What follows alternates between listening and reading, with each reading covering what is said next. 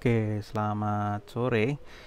Eh, Kemarin kan kita udah ikut kuliah di Edmodo ya, terkait dengan analisis faktor. Nah, ini sekarang saya mau merespon pertanyaan-pertanyaan kalian ya. Nanti mungkin ada pertanyaan yang sama dan jawabannya mungkin sudah dijawab di atas gitu ya. Oke, kemarin kan ada beberapa materi yang sudah saya share. Em, ada beberapa file gitu kan ya, ada PPT, kemudian ada beberapa jurnal yang saya share juga gitu kan, kemudian ada prosedur analisis faktor dengan menggunakan komputer gitu kan. Nah, yang akan kita bahas ini ya pertanyaan-pertanyaan kalian tuh ya. Untuk yang kelas apa ini ya, kelas A ya. Oke, ini untuk yang kelas A bener. Oke, ada Alfredo. Invarian itu apa? Iya, jadi invarian itu adalah uh, kalau varian itu adalah jenis turunan dari alur logika yang digunakan untuk uh, pra-build aplikasi gitu kan ya. Sedangkan invarian itu adalah bentuk logika eksternal algoritma yang berfungsi yang terintegrasi dengannya. Dalam artian lain gitu kan, jadi varian itu adalah variabel yang tidak mempunyai tipe data, sedangkan invarian itu adalah variabel yang punya tipe data. Nah, tipe data ini adalah jenis-jenis yang dapat diolah oleh komputer tentunya. Nah, kalau misalnya di dalam statistik kan ada nominal, ordinal dan seterusnya itu ya. Gitu kira-kira. Kemudian jenis-jenis analisis faktor itu ada dua tadi ya, yang udah di-share di PPT saya. Jadi ada explanatory dan confirmatory itu ya. Nah, terus kemudian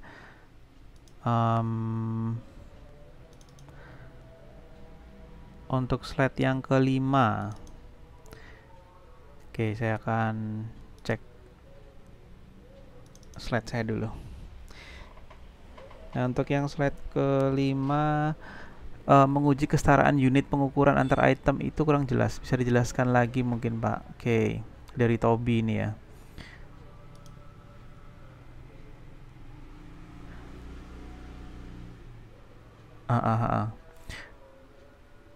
Jadi kan analisis faktor itu dimungkinkan untuk beberapa tujuan. Yang pertama untuk menguji goodness of fit gitu ya, goodness of fit test gitu ya. Jadi faktor-faktor yang terbentuk dari item-item alat ukur. Kemudian menguji kesetaraan unit pengukuran antar item. Jadi apakah antar item itu memiliki kesetaraan atau tidak. Nah, kalau misalnya tidak setara atau jomplang gitu kan ya istilahnya skornya itu, maka itu gak akan dimasukkan dalam sebuah skala, kira-kira kayak gitu ya. Oke, kemudian dari Hana, mana yang lebih efektif tergantung tujuannya ya. Tujuan dari penelitian itu sendiri apa.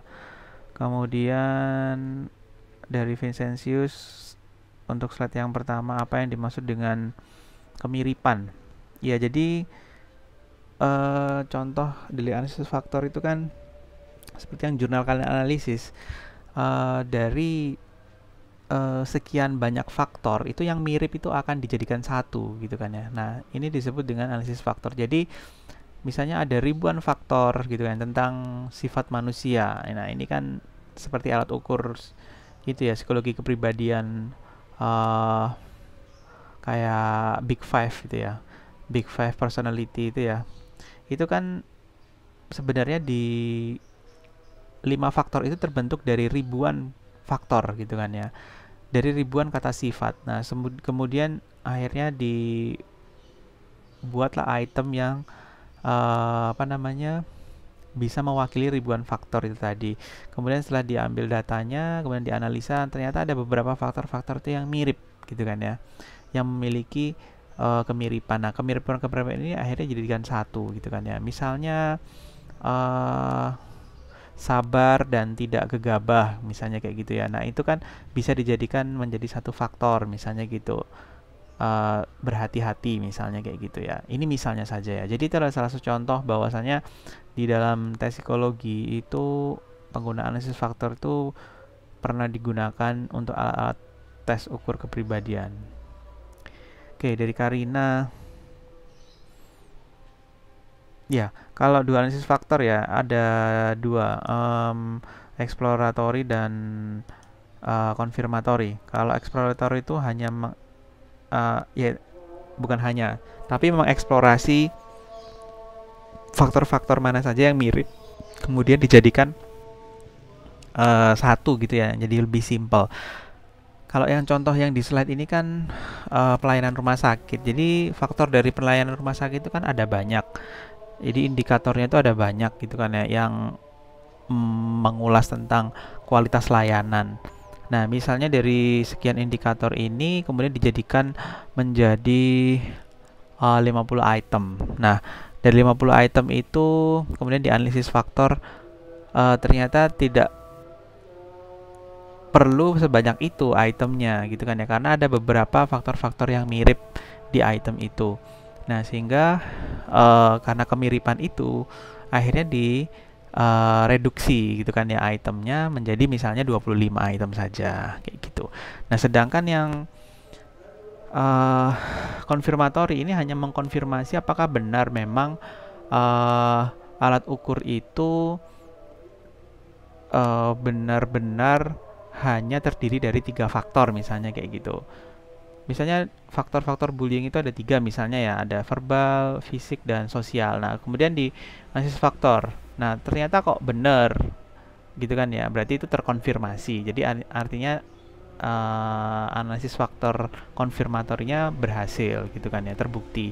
Tapi kalau nggak terbukti ya mungkin ada faktor lain yang tidak terungkap dari ketiga faktor itu tadi tentang bullying gitu kan ya. Mungkin ada faktor lain mungkin dari bullying gitu kan ya. Oke, kira-kira kayak gitu. Dari Paulus, arti penting dikatakan analisis faktor tipe eksploratif itu apa? Apa hanya menyebutkan penyebab sesuatu atau bagaimana?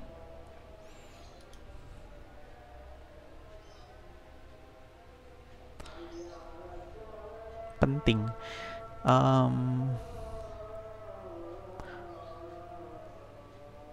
Oke.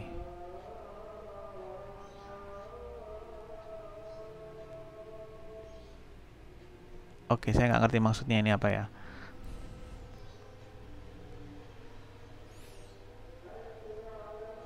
Dari Christina Edo, iya, ada dua jenis analisis faktor, eksplorator dan konfirmator. Apa jenis faktor itu harus ada dalam satu penelitian? Enggak, gitu kan ya. Apa salah satu aja? Iya, tergantung tujuan penelitiannya ya. Tapi ya satu, biasanya hanya satu tujuan aja. Ada yang lebih efektif, tidak tergantung tujuannya ya. Mengkombinasikan, saya belum pernah tahu sih ada satu penelitian yang mengkombinasikan keduanya. Itu ya, kalau dari Taka, pentingnya analisis faktor yaitu untuk mereduksi dari sekian banyak faktor menjadi faktor yang lebih sedikit gitu ya. Dari Jennifer, apakah memungkinkan jika pengukuran dalam bidang psikologi menggunakan alat ukur multidimensi? Setahu saya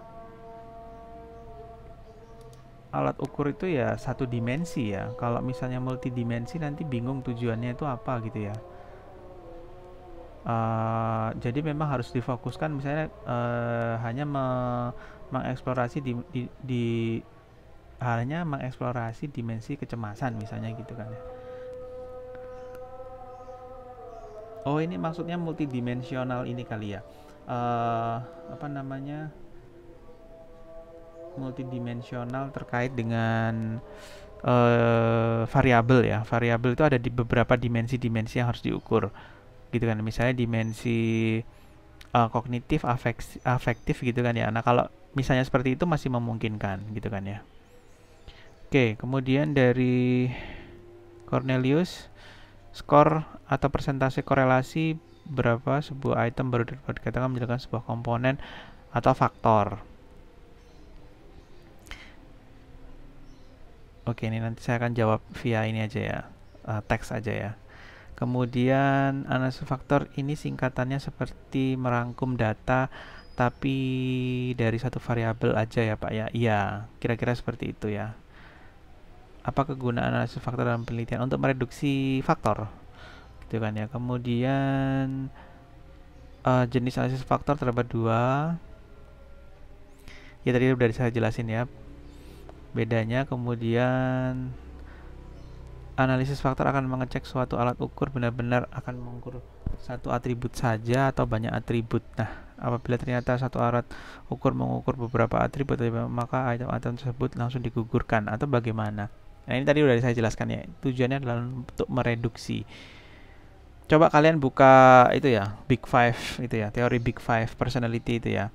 Itu kan ada 5 faktor ya. Ada extraversion, introversion, neuroticism, openness to experience gitu kan. Ada satu lagi itu apa? Nah, itu sebenarnya kelima faktor itu gitu kan ya, itu terbentuk dari ribuan sifat manusia gitu kan ya. Dimana orang introvert itu kayak gimana gitu kan ya. Orang ekstrovert itu sifat-sifatnya apa aja. Nah, itu terbentuk dari beberapa sifat yang direduksi hanya menjadi 5 itu saja.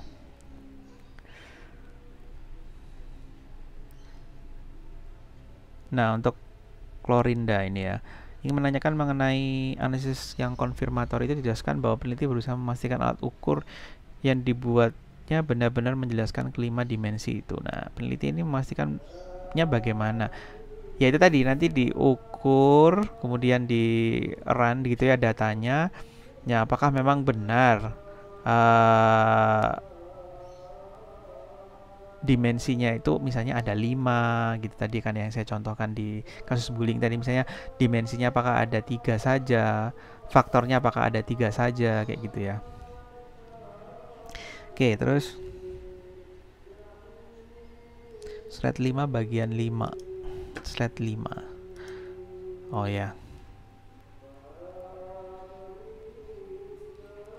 Iya, kesetaraan tadi udah saya jelasin ya. Oke, kemudian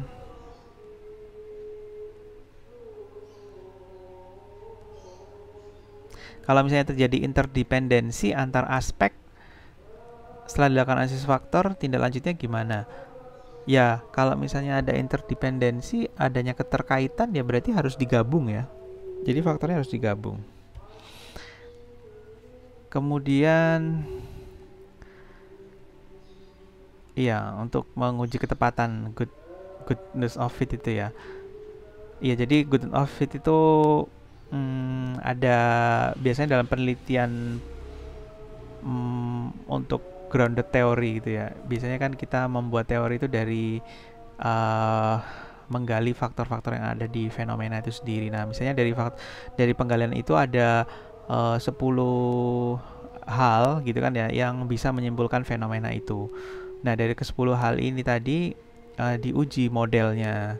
Apakah memang benar modelnya itu dengan ke-10 hal ini tadi. Nah, kalau misalnya modelnya itu dengan ke-10 hal ini tadi, ya sudah, berarti itu sudah diukur gitu ya. Kemudian, nah itu sudah bisa dikatakan memenuhi syarat untuk goodness of fit itu tadi. Nah, kalau misalnya enggak, ya berarti kan harus dicari ulang gitu kan ya. Kira-kira gitu gambarnya. Kalian bisa baca tentang ini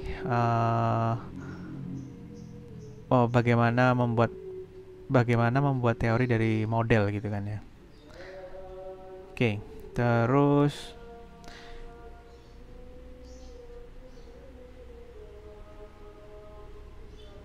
kelebihan dan kekurangan masing-masing.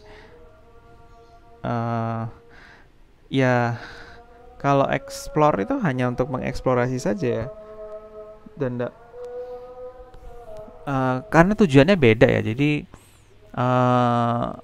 kelebihan dan kekurangannya ya tergantung tujuan itu sendiri. Iya, dari Monica.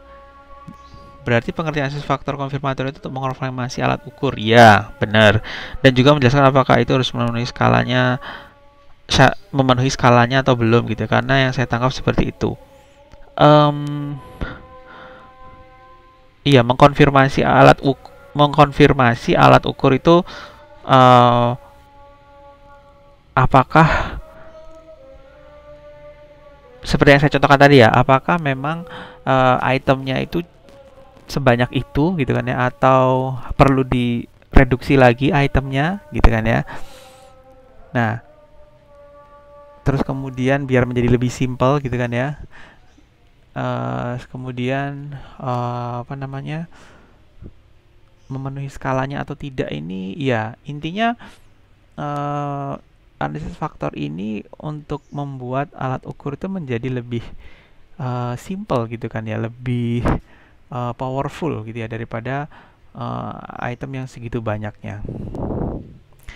Nah, kemudian ya kalau analisis faktor ini kuanti ya, bukan kuali ya. Kemudian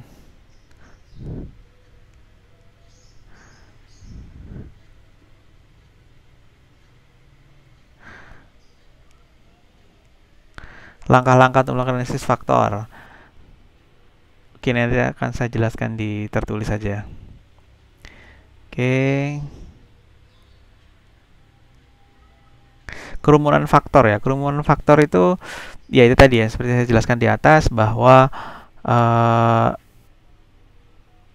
misalnya manusia itu terdiri atas berbagai macam sifat gitu kan ya. Sifat-sifat tadi itu adalah suatu kerumunan faktor gitu kan ya. Nah, sehingga dari faktor-faktor itu mungkin ada kemiripan-kemiripan. Nah, kemiripan-kemiripan ini dijadikan satu sehingga faktor-faktor tadi tereduksi gitu. Oke. Pertanyaan bagus ya. Apa syarat tertentu supaya bisa dikatakan memenuhi uji ketepatan model itu ya? Nanti akan saya jawab via teks gitu ya. Mengapa kita harus mengidentifikasi item atau variabel berdasarkan kemiripannya? Yaitu karena itu prinsip analisis faktor kayak gitu ya. Biasanya dalam penelitian ada dua variabel x, y. Oh, ini nggak ada kaitannya ya, nggak ada variabel x, y ya.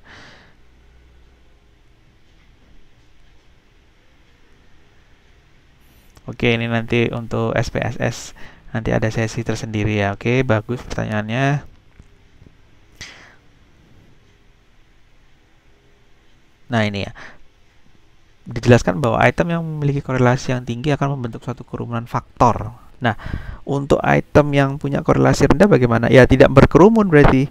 Jadi dia tidak berkerumun dan menjadi faktor tersendiri. Oke, kemudian ini tadi udah ditanyakan juga dari Helen, dari Rina. Ya, ada skor tertentu ya nanti ya untuk analisis faktor ya. Untuk exploratory tidak dimungkinkan adanya korelasi antar variabel laten. Bukan variabel ya, ini kita ngomong item tadi ya. Kita nggak ngomong variabel. Oke, dari Yoyo. Kurang apa bagaimana jika sebuah teori variabel memiliki faktor yang sedikit? Apakah ya nggak bisa, nggak usah. Kalau faktornya sedikit ya nggak usah dianalisis faktor ya. Oke, bagus ya pertanyaannya. Oke, sekian dulu respon yang bisa saya jawab via video singkat ini ya. Nanti selebihnya yang belum saya respon akan saya jawab via teks. Terima kasih. Selamat.